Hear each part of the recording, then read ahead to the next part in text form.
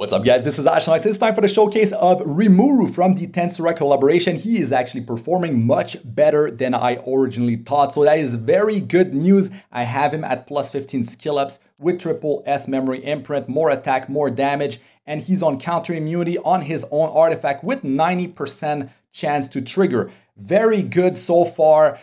This hero actually counters some newly released heroes and some meta heroes as well. Got very surprised by his performance overall, and he has more bulk than I originally had him on my summoning video, and he has a bit more effectiveness. I'd like to have more defense, a bit more effectiveness if I had to tweak the build, but I really like where things are so far. And there's a lot of stuff to talk about, a lot of his skills and mechanics to explain, so I'm going to be breaking it down as it happens, you know, in the battles. So now we have Cerise opening against us, and since she's buffed, the skill number 2 of Rimuru allows him to counter attack and copy 2 of the enemy's buff, up to 2 buffs. So that is very, very good because I actually copied the stealth buff from Selene.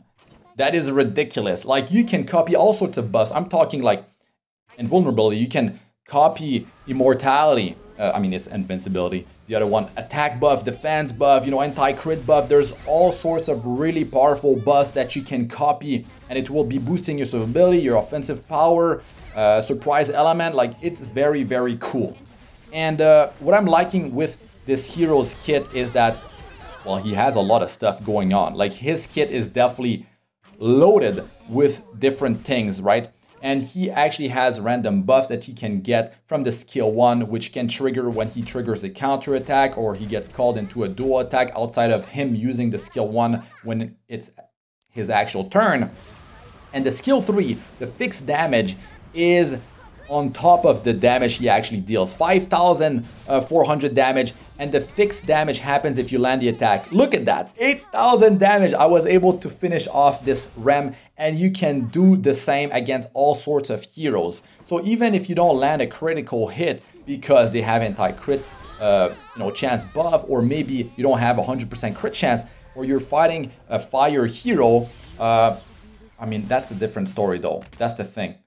Let's just talk about if you don't land a crit, because the fixed damage will happen, but you need to land your attack, guys. So if you're fighting a fire hero or you're fighting an evasion based hero, if you miss your attack, you will not be doing the fixed damage. So it's very important that you understand that.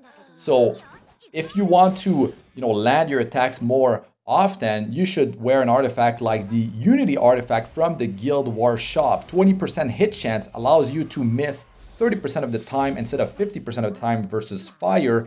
And also you can counter Moonlight Dreamblade evasion effect. You can help yourself versus evasion heroes like Violet, Remnant Violet, all sorts of evasion heroes that are really annoying.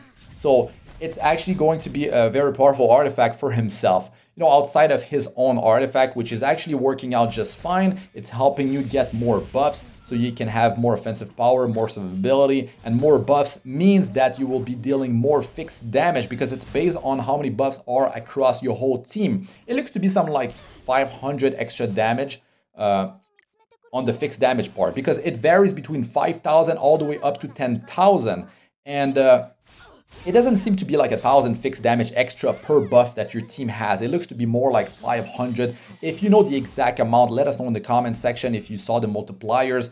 But so far, very, very happy with his performance. I really like the way I've built Rimuru because he can actually take a punch. I don't have to worry about him going down so easy. You can have him built differently, like you can have him on a speed set with immunity. You don't have to have him on a counter set with immunity. Let's say you're farming Wyvern, he will still perform very well because of the fixed damage. He deals tremendous damage, and you can see that I was able to copy the immunity and the attack buff from Ran. So that was a big deal right there because I was able to apply immunity on my whole team again after he took the immunity off, because the whole combo of Ran plus Summertime Hysteria is Ran stripping the immunity off of the enemy team, and then Summertime Hysteria, she lands bombs, right? So if you are able to put the immunity back up on your team, that is very good. And it's, you know, lasting 2 turns. The attack buff helping you deal more damage as well. There's all sorts of combos like that. I mean, you can be copying, you know, immortality, invulnerability, defense buff. Like, there's so many powerful buffs in the game, and they are definitely game changing. Now, of course, he's gonna have some counters like Landy, right? Like, if you're trying to rely on so many buffs, Landy is definitely gonna be a problem for you. Fire heroes, of course, so you gotta be careful. You don't want to pick him too early on. You don't want to be picking him against the wrong team. But if you bring him against the right team, you can do some really cool things. And I mean, what do you guys think about that? You know, that series that opened up on my team, right? And I copied. I didn't steal. I copied. That's how it works, right? It's like in the anime. So copying something like stealth, that is really cool right there. And you can also do the same with her invincibility buff. Now, like, could you imagine you start the battle and you get that off of her? Like, that is such a big deal right there. Let's say she doesn't have stealth, right? You will be copying that, you know, invincibility buff. That is huge. And then the rest of your team maybe are slower, maybe, you know, because Rimuru actually got 30% combat shield, so he was able to cut. He was able to go faster because of that get ready inside his passive. That's how it works. Trigger every 3 turns, and it's definitely very, very strong. Now you can trigger the, you know, the fixed damage happens on the skill number 3. But if you want to copy, you know, up to 2 buffs, it happens from his passive, the skill 2, if it triggers, or from the skill 3. It needs to be a non-basic basic skill. Basic skill is the skill number 1. So if you attack on his turn with skill 1, counter attack, dual attack, that's going to be a basic skill. It will not trigger. So I really like that it's actually happening when the enemy actually has a buff, because the whole point is to actually copy whatever buffs that they have on them. And yeah, it's definitely very strong. Now, the damage that he's able to deal is surprisingly high. Like, even if you don't have, you know, that much damage on him, that much attack, he will be dealing pretty solid damage. And if you keep on soul burning the skill number 3, I mean, it's a 2-turn cooldown. That is so good. So what I do recommend is that you actually save your souls. You don't want to open up the battle and start to use the skill 3 straight off the bat, unless you have like the Guild's Ancient Book, unless you already have the 10 souls. But if you wait just a bit longer and you start to soul burn the skill 3 consistently, like back to back, you're going to be able to deal a lot more damage, especially if you get that fixed damage to trigger. So a lot of times I'm actually taking out the targets with just the initial damage based on my attack, my crit damage, and the good multiplier on Rimuru. And the fixed damage doesn't even kick in, because if you down the target before the fixed damage happens, well, it will not happen, of course. And that's an extra attack. And yeah, really liking what I'm seeing. And you can do some really insane stuff versus like Maid Chloe. You know, if Ruel of Light brings someone back to life, and you have the invincibility that you can copy off of them, that is definitely huge right there. You know, Crimson Armin, you know, she puts a team-wide invincibility on their team. Like, you can do things like that. You can copy that, and it's definitely going to be a game-changing move. You can definitely win quite a bit of battles just because of the, you know, the buff that you are able to copy, and that's really cool. And he's able to get so many buffs on himself from the skill 1, from the constant like counter attacks if you have him on a counter attack, counter build, and also from his own artifact, because those buffs are lasting 2 turns. And there's attack buff in there, there's critical hit damage buff in there, and you get it at the start of the turn. So maybe you already had attack buff, and then you get the critical hit damage buff, and then you're going to be dealing quite a bit more damage because of that. And that might allow you to, you know, take down that target. And imagine in World Arena with the frenzy building up. And imagine like if you pop something like that, you know, frenzy like 3, 4, 5, 6, something like that. You're gonna be able to take down one of their like really important hero that might be at full health because of the direct damage you're doing, on top of the fixed damage. And then you might have like the attack buff and the critical hit damage buff. So that's definitely huge. Now, the defense break on the skill number 3.